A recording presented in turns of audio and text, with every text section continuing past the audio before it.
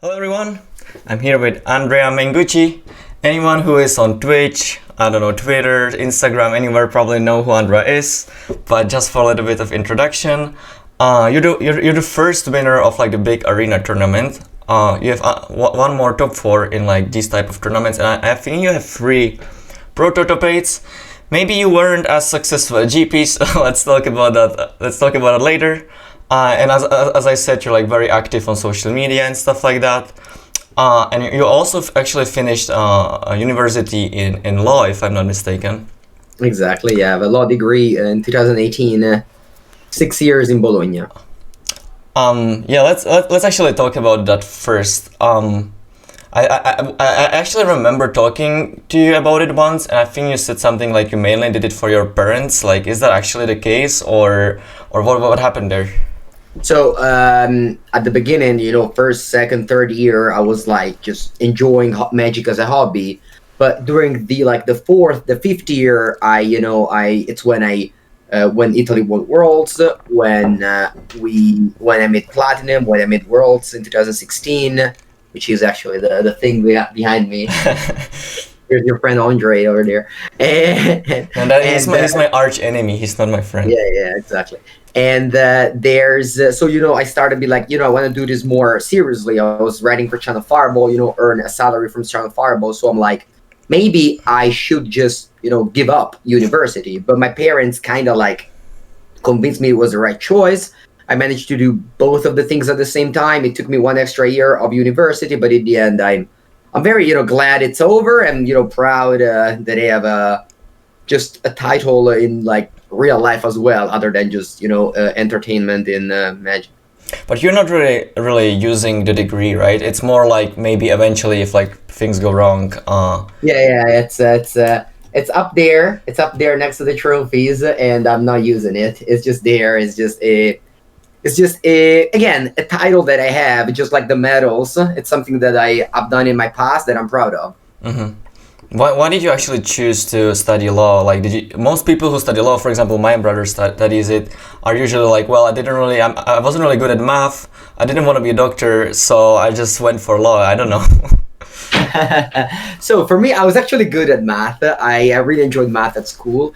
But my father is a lawyer, so maybe I had a plan of like working with him, for him, together, and etc. And honestly, I just wanted to go to Bologna as 18 years old, and in Bologna is like a pretty good university for law. All things considered, it's been okay. I could have chosen a smaller degree, but that's it worked out. So yeah, it worked out. That's all good. So you mentioned that you like started writing for Channel Fireball, but for like the first 3 years, it was basically just a hobby. But like Channel Fireball is like a pretty huge site. How did you actually got there at the beginning? I think you had like one prototype. Was it like maybe based on that, or how did that happen? Yeah, exactly. So after PT joining to Nyx, it was in 2014 where I made my first PT, block constructed. I wasn't even like good at English or anything. I was just playing my first PT, and I did very well. And then I asked Reed Duke if because Reed Duke has been my hero, and he was the person I was following, and he asked him, maybe I write a tournament report for Channel Fireball, and Channel Fireball said yes. So I wrote a tournament report, and then I asked them, can I write 1 article per month, and they said yes, and they were paying me, and that felt like very good. So like for the first year it was like that. And then, I kept on like sort of winning at Magic, so they were more interested in me. And I asked, can I write more than 1 article per week, per month, sorry. And they said yes. So it was always like, basically, that really rewarded me asking for things in life rather than just waiting for good things to happen.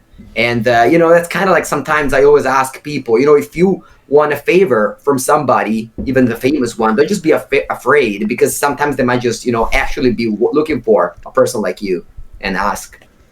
Yeah, for the most part, even if they like don't want to do it or they disagree, like they don't get offended. They just say no, and that's it. So you should be asking more. I agree with that. Do you maybe think, obviously right now your English is very good, but maybe that wasn't the case at the beginning. Do you maybe think that like work into your advantage, that like you were kind of different from the other people and maybe people like those videos more because of that? What do you think about that? That's an interesting point. Yeah, some people say that they understand my legacy videos, for example, but they don't understand, maybe like LSV legacy videos because he speaks in a more fluent way, whereas maybe I speak slowly.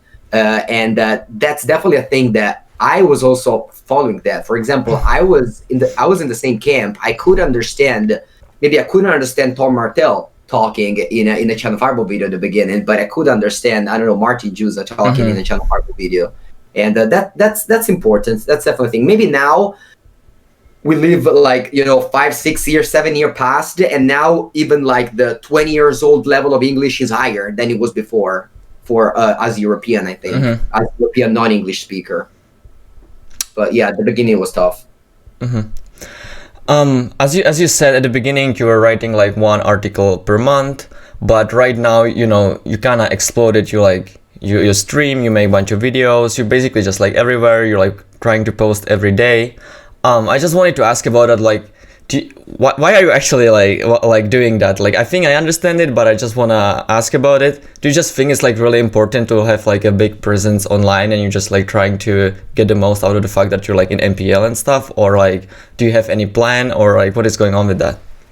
So I am in the MPL, but I basically since last year's cut on the MPL, and since like the changes that happened after COVID, I figured that being a professional Magic player is a very difficult thing to keep up with. I don't know if you saw that like very few people maintain the MPL status, and it's just difficult. And I wonder. Plus, I found really like I'm happy to stream. I'm happy to make content for Channel Fireball. YouTube is actually a pretty good platform. I mean, these interviews are going on YouTube. I think like content creation in Magic, just like at the beginning, was the real way to be a Magic pro. It wasn't really about winning a PT. It was more about, finding a sponsorship, finding a way to just succeed and keep up with. Sure, 2019, the year that I won a lot, has been incredible, but Magic went immediately back in those paths. They like, I think that if I want to do this for forever, which is kind of my goal is to work with Magic forever, I have to get into content creation first. I am playing professionally. I am trying my best at every MPL. Even this season, it's going pretty well. But I have to stream a lot. I do 2 or 3 articles per week, 1 legacy videos. Try to be very active on Instagram, Twitter. It's where I get the sponsorships. Maybe people just see how many followers I have, and I can get a better deal because I have the amount of followers. So it's all about like the content creation life, and I'm also enjoying it a lot. I enjoy, One thing that I want to ask about is that you mentioned Instagram, but like when people think about content creation, they mostly only think about like Twitter and YouTube. That's where like most people are. But you're like posting on Instagram as well. There is also like TikTok. No one is really using that. Do you maybe think that like all the other platforms are like important as well, or like what do you think about that? Because most people are actually not posting on like Instagram and TikTok. So Twitter is a platform mainly for USA. Like, sure, me and you have it. Other people that will watch this video have it, but Italians, for example, they don't have Twitter. Every time I mention Twitter, they're like, I don't have it. I have Instagram. So if I wanted to get a more broad, diverse target, I needed to go to a platform that I think it's, famous, popular even in Europe, which is, I think in this case, Instagram. On Instagram, it's weird because like I'm still like, I have a way less follower than on Twitter, so I don't really get the thing. But I think Instagram is monetized, whereas Twitter isn't. So you're actually rewarded for getting. What do you mean by that? I think if you have a lot of followers on Instagram, you actually get paid. But that doesn't happen on, or for example, on YouTube. YouTube is monetized. If you have a lot of followers and views, you get paid. But Twitter isn't like that. Twitter is still important to like I try to be a positive person on Twitter. I don't only do the things for likes and follows. I also want to be like seen as a, like, I try to not post too many bad things, even when like something bad happens in Magic. I try to be like because I think that there's plenty of people that see the bad side of things. Yeah. It's especially these days where, you know, it's pretty tough, and I want to be like a positive person on the internet. I think that, you know, at the beginning I was also one of these, like, you know, hater and stuff like that, but now I try to be one of that. Mm-hmm. You've mentioned that, you know, there was like one year that it was like awesome to be a professional player, but like now it's going kind of back. But you did win like the first super big Mythic Arena Championship. I think you won like 150,000. Is that correct? How did that like feel like? Can you maybe for poor soul like me, if you can, like, you know, explain a little bit? 250. Yeah. Although of course, you know, taxes take a big hit of that, but other than that, I haven't changed my life at all. I'm still living in the same room I grew up in, and just put my money aside, you know, trying to like keep them there for when I grow up, and you know, go live with my girlfriend, you know, start a family or whatnot. But so far I'm just still living the same life as before. The only thing that changes is that I'm always buying sweet cars, you know, every time. I just got this shipment right now. And yeah, I saw it on Twitter. I wanted to ask about it. You actually have like a huge collection of cards, right? Is that mostly because you just like those cards and you want to have the collection, or are you maybe like thinking that you just like over the time you're gonna accumulate a lot of cards and then eventually maybe like start a shop or something? Which one is it? Yeah.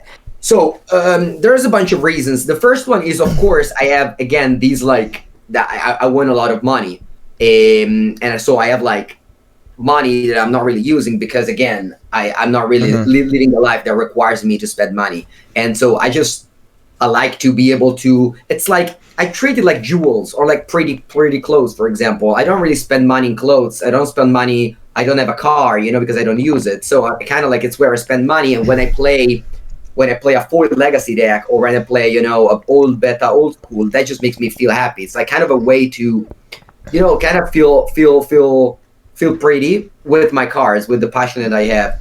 Plus, of course, there the side that I just, you know, bought maybe a Black Lotus last year, and now it's worth more than before. So there's also that, but it's mostly like because I like to own the cards.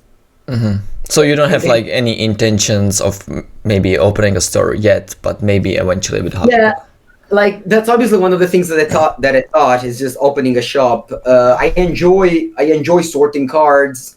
I maybe don't enjoy as much having to deal with, like, I don't know, people that try to talk about €1 because on MKM it's less. That's the thing that I hate whenever I go to the shop and I hear that talking. But I mean, Magic players are also like that, and if you own a business, you have to like be nice to everybody. It's like, so it's you know, I don't know. We'll see. As I said, I want to ride this like content creation path until I can. Well, you don't necessarily have to be the guy who, like, you know, this should be like $1 or less or whatever. You can be just like the top guy who just like have people to do that, right? But yeah, but still difficult. Yeah, I mean, I understand. In Italy, there's not that many. You know, it's not that there's not a channel Fireball in Italy. Mm-hmm. It is. Let's talk about your Magic tournaments. One thing that you're like, well, maybe famous isn't the right word, but you were like super successful on like the highest level, but you weren't actually like top 8ing any of the GPs. I think you at the back end of before the GPs ended, you top 8ed one of the legacy ones. Yeah. But before that, you like had actual 0. And like before I actually tested with you, I always thought, well, Andrea, anytime I watch you at like GPs, I thought, well, Andrea isn't really that good. Like he must be like getting so lucky at the Pro Tours. How is he like winning so much there? After that, I tested with you and I realized that you're like really good at like preparing, having like all the good cyber plans and stuff. So it actually made sense. Maybe you didn't do that for GPs, but I just wanted to ask about that, if you can talk about that a little bit. So I always approach Magic very like friendly, very for fun for me. And GPs to me embodies that, like, you know, going to the GP to just hang around with my friends, play side events, and play the main event. You know, if I do well at the main events, that's a plus. Whereas PT is business. Like at the PT, I go like 1 week. I mean, that's just talking in the past. I used to go like 1 or 2 week priors, test very well, and etc. So, you know, preparation is the most important thing in Magic. Plus, you know, of course, I was running very luckily at the PTs and not so luckily at the GPs. To give you some stats, I had, before my first GP top 8, I played 71 GPs and never top 8. Whereas I played 24 PTs, counting, if we want to count the Mythic Arena as well, I guess let's not count those. The actual PTs with like 400 players, I played 24 of those and I made 3 PT top 8s with 3 top 16. So, oh really? Yeah, I didn't know that actually. Wow. The different thing is, of course, you know, you can't only talk about luck and the environments. It's just mostly the preparation on those, and I honestly also have like, you know, 4 or 5 top 16 at GPs and etc. You know, the difference might be like for you have a lot of 9th places. The difference between a top 8 and a 9th place. I have 4. Yeah, it's just some tiebreakers. So, you know, there's a lot of things that add up in the Magic career, but I'm glad that I got the last GP I played in. I'd be the top 8. Oh, it was actually the last one?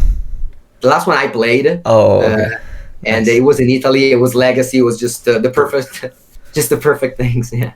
So you said that, you know, preparation is the most important factor in Magic. Are you talking about like PTs? Because, you know, for the most part, like a new set comes out and just like having a good deck and like a good strategy for limited is probably the most important thing, but that might not be necessarily the case for GPs when the format is like solved already. Do you think that's the case even for like GPs, that it's like mostly about just like preparing really well and not really about the in-game play, or like what do you think about that?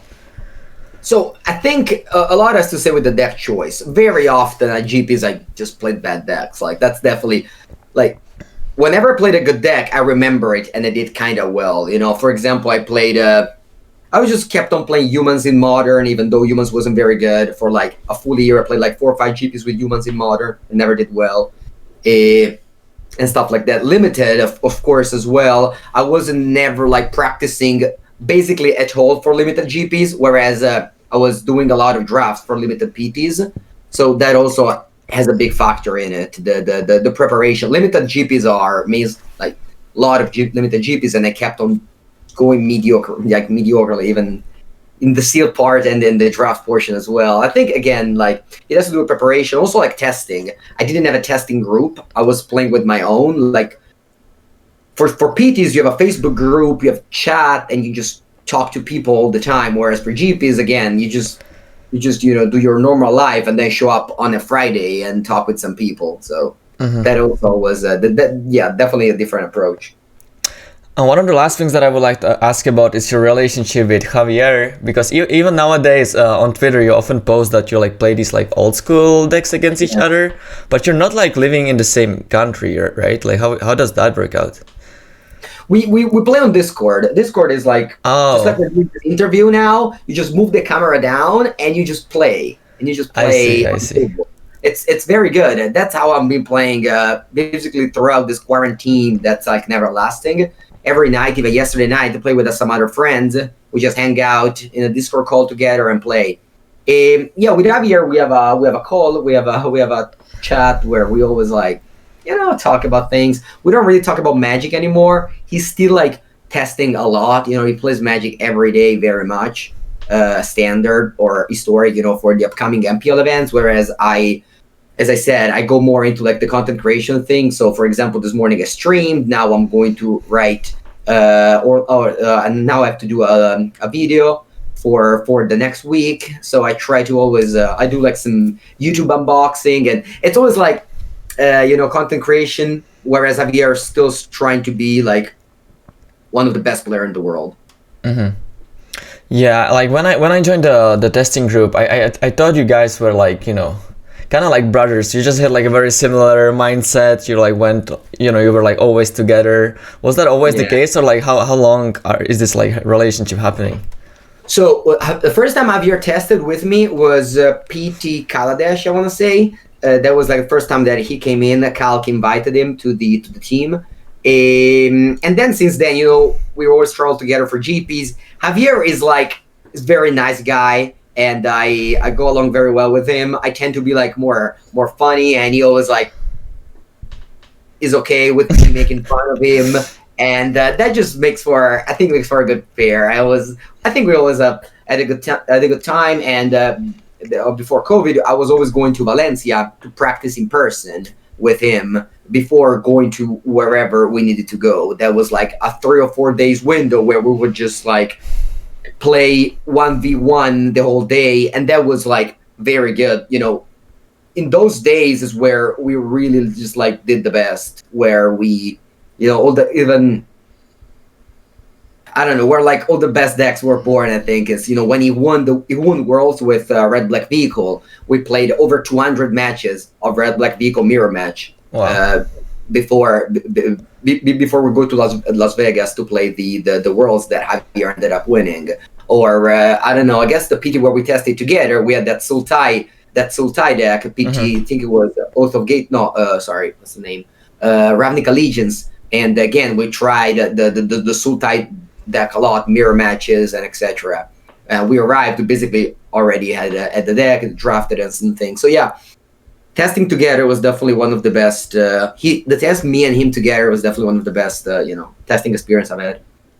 Yeah, I have to say, I tested with the Czech people, then I tested with like the Channel Fireball guys, then I tested with like, you know, Brad Nelson, and then I tested with you, and I thought that like my deck was always the best after like testing with you. Maybe I wasn't like doing well at the PTs, but that was more like problem of me, not of the deck. But I like always after the PT I went to Japan and I like did really well at the GPs with that deck.